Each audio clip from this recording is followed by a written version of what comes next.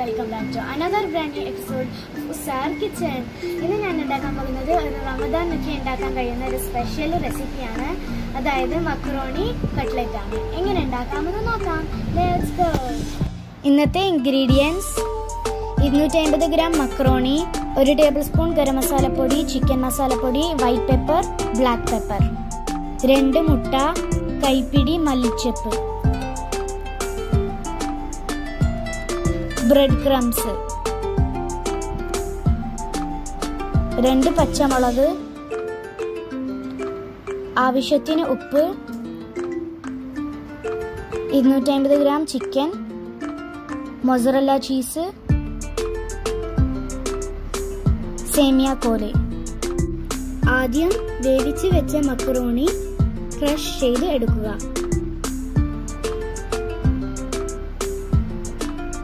എന്നിട്ട് അതിലോട്ട് എല്ലാ സ്പൈസസും ഇട്ട് കൊടുക്കുക.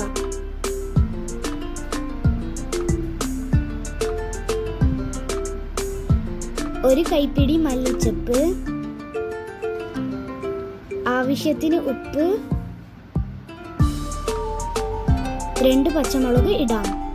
ഞാൻ നേരത്തെ പറയാൻ വിട്ടുപോയി, 1 table spoon soya sauce.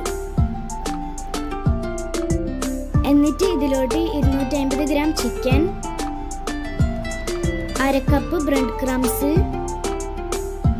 Mozzarella cheese ഇട്ട് കൊടുക്കാം. ശേഷം ഇത് നല്ല രീതിയിൽ മിക്സ് ചെയ്ത് കൊടുക്കുക.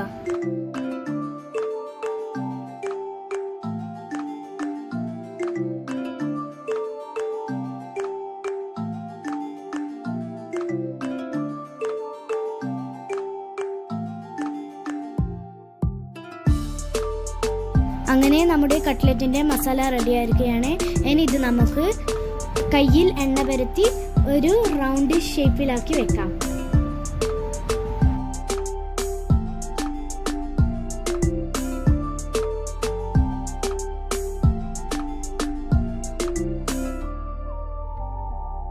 എല്ലാ മസാലയും ഇതുപോലെ തന്നെ റൗണ്ട് ആക്കി എടുക്കാം. അങ്ങനെ നമ്മൾ എല്ലാ മസാലയും അതുപോലെ തന്നെ ആക്കിയിട്ടുണ്ട്. ഇനി ഇത് നമുക്ക് കോട്ട് ചെയ്ത് എടുക്കാം. ആദ്യം നമുക്ക് 2 മുട്ട ഒരു പ്ലേറ്റിലേക്ക് ഉടച്ചിടാം.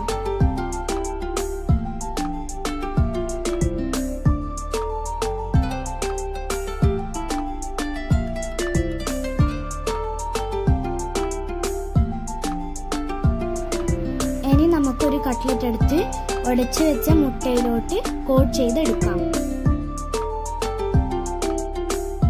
ശേഷം അത് സേമിയ കോലിലിട്ട് ഒന്നും കൂടി അത് കോട്ട് ചെയ്തെടുക്കാം.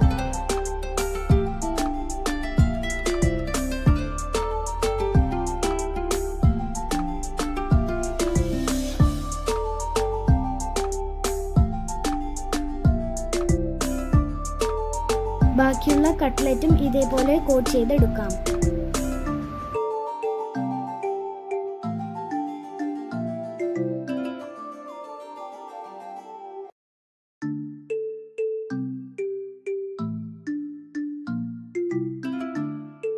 അങ്ങനെ നമ്മൾ കുറച്ച് കട്ട്ലറ്റ് നല്ല റെഡി ആയിട്ടുണ്ട്. ഇനി നമുക്കിത് ഫ്രൈ ചെയ്തെടുക്കാം.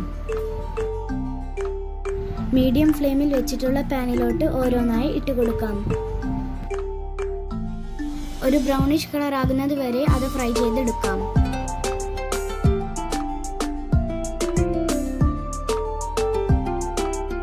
അപ്പോൾ ഫ്രണ്ട്സ്, നമ്മുടെ റെസിപ്പിയായ മക്രോണി കട്ട്ലറ്റ് റെഡി ആയിരിക്കുകയാണ്.